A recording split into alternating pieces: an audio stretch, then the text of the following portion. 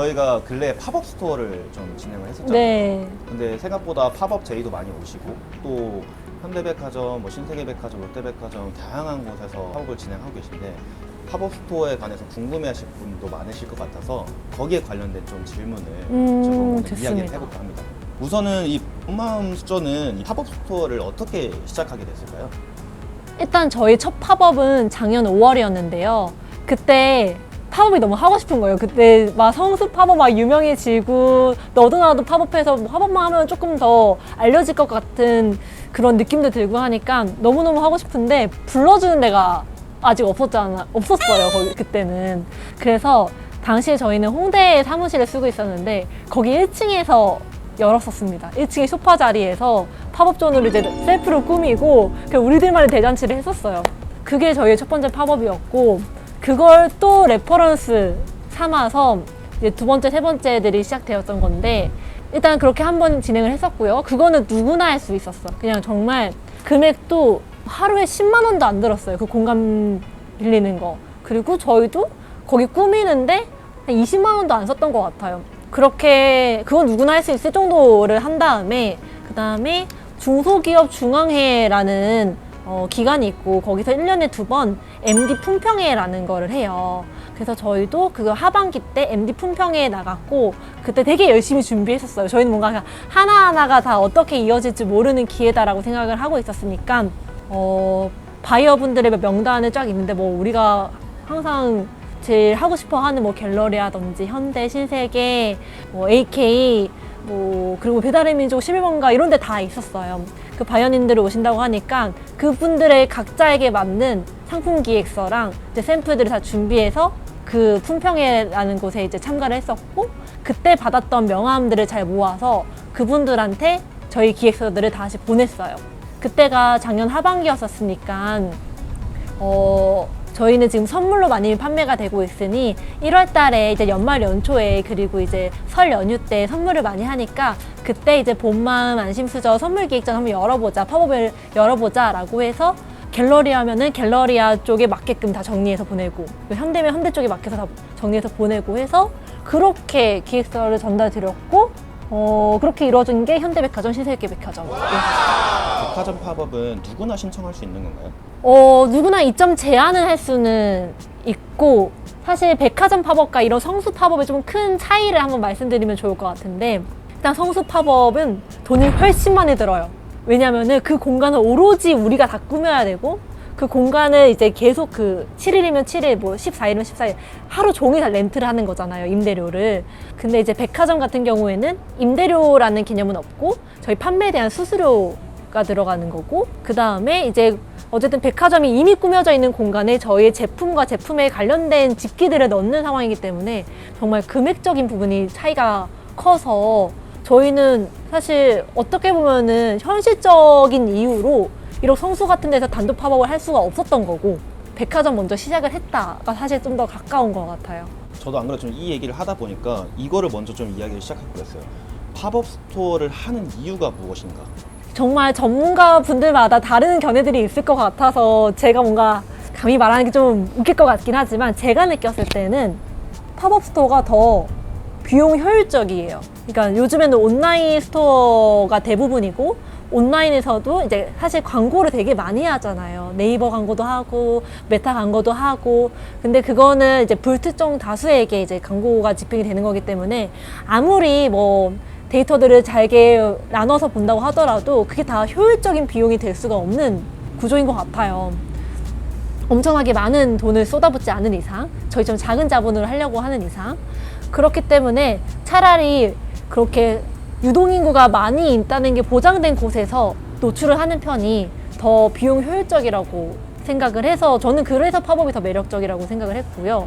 그것 중에서 그러면은 왜 백화점에 그냥 입점하는 거랑 백화점에서 팝업하는 거랑 또 무슨 차이가 있을까 또 궁금해 하실 것 같은데 그거는 고정비의 차이가 있다고 생각합니다. 그냥 입점을 한다면 저희는 어쨌든 본마음은 수저이기 때문에 식기여서 보통 우리 식기들은 백화점에 높은 층에 있어요. 7층, 8층, 위층들에 있는데 요즘 백화점에 가면 우리가 뭐 지하 1층, 2층 여기까지만 좀 구경하고 다니잖아요. 많이. 7층, 8층은 정말 사야 될 게 있을 때 가는 거지 구경하러 거기까지 올라가지 않다 보니까 그런 7층, 8층에 있는 브랜드들이 지금 전반적으로 어렵다는 게 제가 그 브랜드 대표님들이랑 얘기를 했을 때는 거기에 이제 상시 고정비가 어쨌든 드는데 인력도 있고 그리고 뭐 관리도 필요한 거고 하는데 그거에 비해서 이제 고객들이 찾아와주는 공간이 아니다 보니까 점점 지하에서 할 수 있는 팝업으로 내려가는 듯한 느낌입니다. 그러면 팝업 준비할 때 좀 어떤 게 좀 필요한가요? 일단은 정말 보여주고 싶은 게 다 많을 거예요. 우리 이런 것도 하고요, 이런 거 잘하고요, 이런 매력이 있고요, 이런 게 되게 보여주고 싶은 게 많은데 그것 중에서 정말 고객분들한테 전하고 싶은 이제 한 가지의 메시지, 한 가지의 컨셉을 고르는 게 시작이라고 생각을 하고요. 저희는 그거를 이제 다정함을 전한다 였었어요. 그래서 그 다정함을 전한다는 컨셉을 가지고 이제 뭐 집기들은 어떤 뭐 나무를 만들지, 철제로 만들지, 그리고 뭐 체험하는 존을 더 만들지, 아니면은 사실 판매를 더 올리고 싶다면은 판매를 할 수 있는 존들을 더 만들어야지 되는 건데 저희는 좀 더 작은 공간이지만 체험할 수 있는 존들을 더 두고 싶어서 그렇게 공간 배치를 어떻게 하면 좋을까에 대한 걸 좀 가장 먼저 생각을 하게 되는 것 같아요. 그리고 그 공간에 채울 이제 제품이나 상품들에 대해서 이제 구체적으로 진행이 되는 건데 예를 들어서 아까 집기 이야기 나왔고 그리고 우리 상품도 그럼 우리 상품을 어떤 포장으로 전달을 드리거나 배치를 해놓으면 좋을까라는 생각으로 이어지다 보니까 그 상품 패키지를 개발하는 시간을 갖게 되고 그 다음에 이제 체험을 하게끔 이제 만들어 왔다 보니까 어떤 체험을 드릴까 하면 그 체험 존을 또 꾸미는 일들이 생겨요. 저희는 이번에는 어떻게 보면 좀 단순하게 수저다 보니까 밥을 많이 먹고 잘 먹는 게 복스럽다고 그게 좀 더 다정한 느낌과 샘플 같은 것도 조금 냈어가지고 뭔가 나눠 써야 될 것 같고 내가 만지면 안 될 것 같고 그런 느낌이 다정함의 위배가 된다고 생각을 했거든요. 그래서 그런 부분들 체험존을 이제 꾸미는 그런 물건들 그 다음에 마지막이 사람 이제 그 공간에 우리가 어떤 식으로 고객들이랑 소통을 하고 그리고 우리의 제품 중에서 이게 제품의 소구점 중에서 어떤 부분을 더 말씀을 드리고 하는지 그것 다 사람에서부터 온다고 생각해서 같이 함께 일하시는 분들에 대한 교육들이 세 번째로 이루어졌습니다. 다시 말씀드리면 공간, 물건, 사람 이렇게 공간, 물건, 사람 네. 이 세 가지가 굉장히 좀 중요한 키포인트다. 맞습니다. 조금 민감한 질문일 수 있긴 하지만은 운영 비용 얼마나 들었는지 그게 궁금해요. 총 1억 4,800 정도 들었습니다. 1억 4,800. 네. 굉장히 이제 끝까지 1억 4,800. 네. 어떤 부분에서 좀 이런 지출이 좀 일단 공간 비용 그리고 이제 패키지도 저희 뭐 이번에 보자기 다 포장해드렸기 때문에 그 보자기 1만 개 만드는 게 한 1,400만 원 정도 들었어요. 그래서 패키지 비용 그리고 이제 물건 저희 수저 상품 중에서도 더 추가적으로 발주해서 나왔던 비용 그리고 인건비 합쳐서 그 정도 들었었습니다. 그러면은 판매에 대해서 백화점에는 판매에 대한 퍼센테이지를 따로 주었나요? 아니면 그 공간을 대여하는 비용을 따로 납부하는 건가요? 저희 매출에 대해서 수수료를 드렸고요. 저희가 저희의 포스기를 쓰는 게 아니라 신세계 백화점의 포스기를 씁니다. 그들이 저희한테 정산해주는 구조예요. 아, 오히려. 네.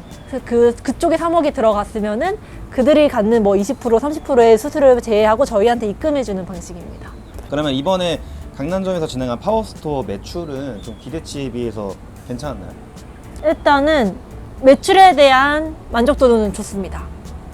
매출에 대한 만족도 좋다. 네. 금액적인 매출 만족도는 네. 좋았다. 근데 수익성은 안 좋습니다.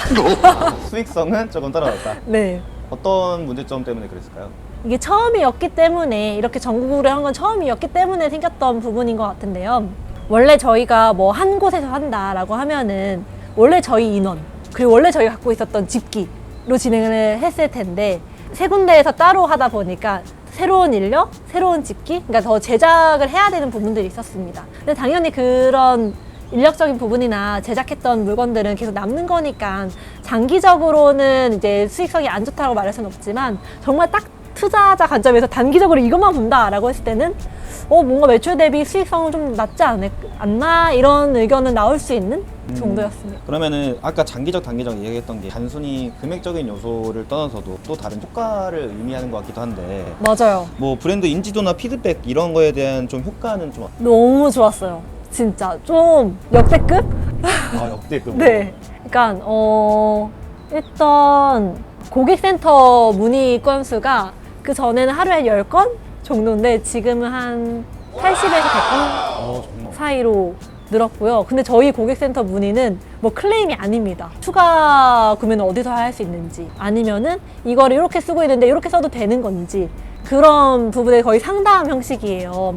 그래서 팝업 이후에 CS 관리에 대한 업무가 조금 많이 늘어났었고요. 그리고 이제 인스타그램에도 본마음이라고 쳤을 때 이제 태그돼서 나오는 게시물 수가 굉장히 많이 늘었어요. 그리고 저희 그 자사몰의 이제 재구매도 되게 많이 늘었고 해서 요거를 사실 하나하나 다 수치적으로 말씀도 드릴 수 있긴 하겠지만 그냥 뭉뚱그려 말씀드린다고 하더라도 고객들의 반응이 저뿐만 아니라 모든 직원들이 다 체감이 될 만큼이다 보니까 정말 정성적으로는 큰 기회였고 뿐만 아니라 굉장히 큰 제안도 2가지 들어왔었습니다. 하나는 굉장히 큰 항공사에서 콜라보 제안이 왔고요. 2번째는 조금 큰 회사에서 인수 제안이 왔습니다.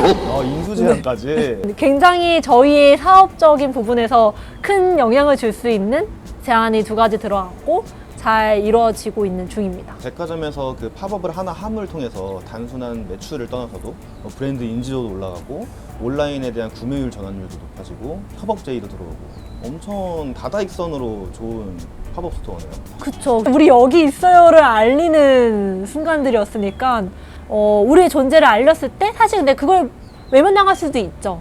어쨌든 다 합이 잘 맞아서 우리 존재를 알리니 너희 거기 있었구나. 좋아해줄게. 이런 느낌이었습니다. 제품을 떠나서도 어떻게 보면 시니어와 브랜드에 대해서 본 마음은 그런 장기적인 쪽으로 ROI를 잡았을 것 같아요. 그러면 단기적으로 단순히 제품 판매를 그냥 한다라는 거를 보았을 때 있어서도 팝업 스토어가 좀 추천할 만한. 네, 단기 판매에 있어서도 백화점 팝업 스토어는 크게 손해보실 건 없을 거다라고는 말씀드릴 수 있을 것 같고 다만 그 전바점. 네. 이것도 살짝 궁금해요. 본 마음이 다행히 팝업 스토어에서 정말 좋은 결과를 얻어냈지만은 그 팝업 스토어를 한 어떠한 브랜드는 선택받지 못하는 경우가 있잖아요. 결국에는 본 마음은 그런 분들에게 선택을 받기 위해서 뭐를 가장 주안점으로 두었나요? 근데 다시 진짜 본질적인 얘기로 돌아가는 것 같은데 저희는 정말 본질에 집중을 많이 했었어요. 사실 어딜 가나 있는 이 숟가락 젓가락에 4년이라는 시간 동안 굉장히 공을 들이고 이제 애지중지하면서 그 시간을 버텨왔다 보니까 결국 고객분들도 그런 걸 알아봐 주시는 거라고 생각이 들어서 결국 외면받는 팝업 정말 목도 중요하고 팝업을 어떻게 꾸미냐도 중요하지만 가장 본질적으로 어떤 제품을 소개하느냐가 중요하고 당연히 저와 같은 전 브랜드 대표님들은 그 부분에 가장 신경을 많이 쓰겠지만 이 부분에 정말 신경을 많이 쓴 상품이나 서비스라면 사실 어디서든 어느 정도는 빛이 날 수 있다고도 생각합니다. 자극적일 수도 있긴 하겠지만 매출? 그런 수치를 좀 네. 어떻게 보면 공개할 수 있어요. 매출은 아니면은 뭐 전환에 대한 퍼센티지가 몇백 퍼센트 올랐다 뭐 이런. 그냥 저희가 지금 이제 6월이고 5월 거 다 이제 세금 처리 다 했거든요. 그래서 5월 것만 매출을 말씀드리면 5월에 팝업도 있었으니까 말씀드리면 4억 정도 했습니다. 와, 4억. 원래 기존에 팝업 안 했을 때 그냥 평균적으로 월에 얼마 나왔어요? 1,000, 3,000? 그럼 엄청 큰 변화가 생겼네요. 이게 몇 퍼센트나 올라간 거예요? 뭐 팝업을 할 때 좀 실패했던 팝업도 혹시 있으셨을까요? 그것도 어떻게 정의하느냐에 따라서 그게 실패인지 성공인지가 좀 달라질 것 같긴 한데 저희는 실패했다고 그래도 판단하는 팝업은 아직까지는 없긴 하고요. 그건 없었으면 좋겠고 그래도 각각 팝업하면서 부족했던 점들 같은 경우에는 그래도 아직까지 저희가 매뉴얼이 다양하지 않기 때문에 좀 고객 응대에 있어서의 미숙함 같은 부분들을 다시 재정리하는 시간들을 매번 갖는 것 같긴 해요. 그래서 매번 우리가 어떤 문제가 있었나, 뭐 예를 들어서 뭐 상품 준비가 뭐 잘 못됐다, 아니면은 뭐 공간 세팅이 잘 못됐다, 뭐 사람이 잘 못됐다. 아까 그 3가지 중에서 결국 가장 많이 반성하는 부분은 사람적인 부분인 것 같아요. 그러면 팝업 스토어 운영할 때 좀 가장 중요한 꿀팁 같은 게 좀 있을까요? 일단 예상 매출을 잘 확인해야 돼요. 예상 판매 수량을 좀 잘 확인할 필요성이 있습니다. 거기에 맞춰서 모든 물건들이 세팅이 되는 거고 또 거기에 맞춰서 사실 인력들도 세팅이 되는 거기 때문에 그런 예상 매출을 혼자서 가늠하기 어렵다라고 한다면은 바이어님이나 MD님한테 조언을 듣고 아니면 그것 또한 뭐 편차가 크다 싶으면은 직전에 했던 브랜드들이 그 자리에서 하루에 어느 정도씩 매출을 했느냐를 보면은 보통 다 평균이 비슷하더라고요. 그렇게 해서 조금 수량을 파악하는 게 가장 첫 번째이자 어쩌면 가장 중요할 수 있는 부분이라고 생각을 하고요. 그리고 두 번째는 하나만 잘해도 충분하다. 하면 할수록 욕심들이 진짜 끝없이 생기거든요. 좀 이걸 더 하면 더 좋아할 것 같은데 이거 더 하면 더 예쁠 것 같은데 생각하는데 정말 하나만 힘 딱 주고 그 나머지는 사실상 기억에 잊혀져 가는 부분들이 많아요. 우리 딱 기억에 남는 팝업 많지 않잖아요. 그쵸? 그 자리에서 계속 이제 일주일, 이주일마다 계속 바뀌어지는데 다들 그거는 이제 사라지고 그냥 여기서 거기 했다. 난 샀다, 좋았다, 뭐 이뻤다. 되게 그냥 한 단어 정도로 정의가 돼 있는 거기 때문에 그 단어에 직결되는 정말 중요 요소만 집중하셔도 충분하다. 다 잘할 필요 없다. 너무 좋은 말인 것 같아요. 팝업 스토어를 기획하면서 좀 그래도 몇 번 하셨으니까 활용하시는 체크리스트나 준비 노트 같은 게 조금 정리된 게 있을까요? 네, 저희는 이제 노션에 정리한 부분들이 있는데요. 다 카테고리가 공간, 물건, 사람입니다. 아까 말했던 네. 공간과 사람. 그럼 혹시 그 관련된 것도 공유가 혹시 가능할까요? 원하시나요? 원해요. 네네, 가능합니다. 제가 소소하지만 나눠볼 수 있는 게 두 가지 있을 것 같아요. 이제 첫 번째는 어떻게 이제 백화점 바이어님들, MD분들에게 저희 기획안을 전달드리고 그걸로 이제 설득을 했는지 그 기획안을 한번 공유해보면 좋을 것 같고요. 그리고 이제 두 번째는 이제 저희도 백화점 팝업을 준비하면서 이제는 사실 처음에는 팝업 준비 전에 한 달 동안 오로지 그 팝업만 했었어요. 그 팝업 준비만. 근데 이제는 이제 한 일주일 전부터 이제 시작해서 준비해도 되는 상황인데 어떤 부분들 좀 중요하게 봐야 되는지 그리고 꼭 챙겨야 되는 거 이렇게 시간이 없다면 이거라도 꼭 챙겼으면 좋겠다라고 생각하는 그런 요소들을 좀 정리해서 보내드리겠습니다. 제가 인스타그램에서도 한결같이라는 계정 운영하고 있어요. 그 계정이 지금 말씀드린 바이어들이 모두가 좋아했던 기획안 작성법 그리고 이제 팝업 일주일 전 꼭꼭꼭 체크리스트 이 두 가지 공유해 놓겠습니다. 감사합니다. 언젠가는 저희 본마음도 이렇게 성수처럼 멋진 그런 거리에 저희의 사실 팝업도 좋지만 스토어를 만들고 싶어요. 저희 매장이 있었으면 좋겠습니다. 그래서 언제나 이제 고객분들이 편하게 오셔서 보시고 체험하시고 가실 수 있는 그런 공간을 제가 내년에는 꼭 만들어 볼게요. 우리 같이 한결같이 화이팅!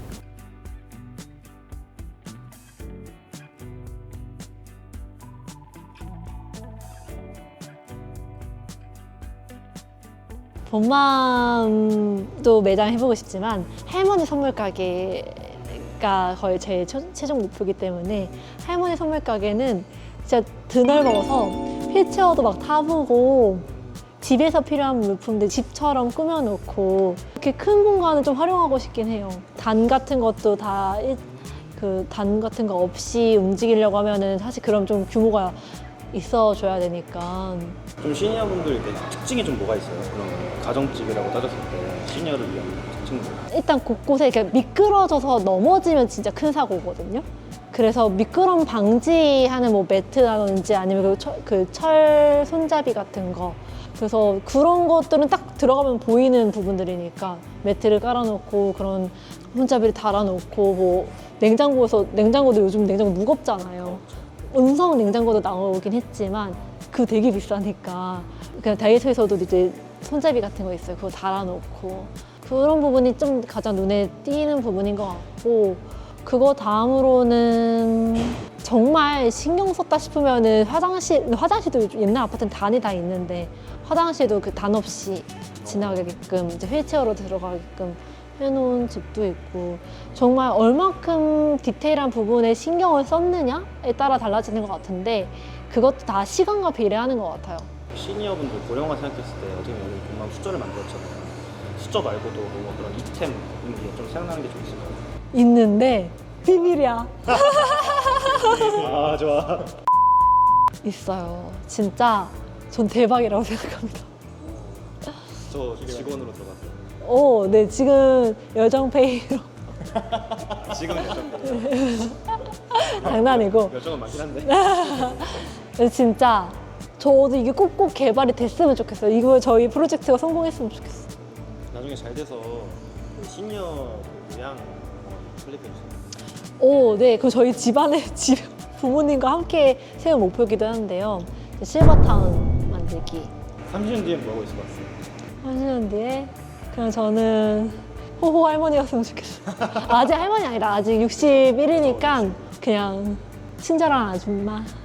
아 요즘에 워낙 100세 시대라서 저희 부모님도 되게 좀 건강하시고 맞아요. 워낙 그냥 60대가 이제 아줌마 아저씨 이렇게 맞아요. 80대 돼야 이제 할머니 할아버지가 되잖아요. 그래서 진짜 84세까지 무조건 건강해야 돼요. 84세부터 이제 10년 정도 아프고 죽는 게 가장 좋은 시나리오래요. 그래서 84세까지는 무조건 건강 유지. 우리나라에서 기준적으로 명하는 고령자 연세가 65세이긴 한데요. 그게 너무 젊다고 한 72세 정도는 올라야 되지 않겠냐라는 게 일반적인 제 흐름이긴 하고, 근데 그것도 이제 누군가에게는 65세부터 이제 그 혜택을 받고 싶으신 분도 있는 거니까 되게 이해관계가 복잡한 것 같긴 해요. 65세라고 해서 거기에 맞춰서 인생을 살고 어. 갑자기 내가 65세가 되니까 72세로 맞아요. 이럴 수도 있고 그래서 저희 초기의 숟가락은 이제 젊은 분들은 왜 가벼운 게 필요한지 이게 납득이 안 갈 수 있잖아요. 그래서 그 노인 체험복 같은 거를 체험하는 걸 했었어요. 맨 처음에 저희 팝업 때에는. 그래서 이제 내 몸이 진짜 무거워지기 때문에 나는 그냥 편하게 이렇게 움직였었는데 이게 절대 편해지지 않아서, 그리고 숟가락이 원래 뭐 젓가락 얇은 게 예쁜 게 많잖아요. 얇은 거가 사실 근데 힘이 많이 들어가요. 근데 왜 노인이 됐을 때 이 얇은 게 정말 그 불편한 건지, 얼마나 뭉툭해지는지 그거를 이제 체험하면서 들을 때는 확 다르게 느끼시고, 잘못되면은 이거는 동정으로 가는 것도 있는 것 같은데, 사실 그런 방향보다는 앞으로 내가 겪을 변화를 남의 이야기가 아니라 나의 앞으로의 이야기를 좀 먼저 체험해보는? 저는 근데 그거 되게 경계하려고 하고 있어요. 우리가 뭔가 비장애인으로서 장애인 분들의 생활을 보면은 어떻게 너무 힘들겠다, 안타깝다 이렇게 느끼는 감정들이 어쩔 수 없이 있을 수밖에 없다고 생각하는데, 그런 감정을 느끼는 체험이 아니라 정말 나의 이야기로 느껴지는, 우리 엄마 아빠의 이야기로 느껴지는 형식으로 꾸며보고 싶습니다. 좋은 얘기네요. 그러면은 이 시니어 관련해서 얘기 좀 많이 나오는데 팝업 스토어에 관한 이야기를 좀 마무리하고 다음 콘텐츠는 또 어떤 걸로 찾아오실 건가요? 다음에는 저희가 직접 이제 우리나라에서 가장 유명하다고 하는 실버타운 더 클래식 500이 있어요. 거기에 방문해서 이제 우리나라의 그 실버타운들을 저희 손녀의 관점으로 비교해보고, 또 제가 내일 모레 또 일본에 가거든요. 일본의 실버타운들을 딱 비교해 볼게요. 그래서 어떠한 이제 장단점들, 그리고 이제 손녀로서 어떤 부분들을 좀 더 봐드리면 좋은지 그런 팁들을 전해보겠습니다. 네, 오늘 고생하셨습니다. 감사합니다.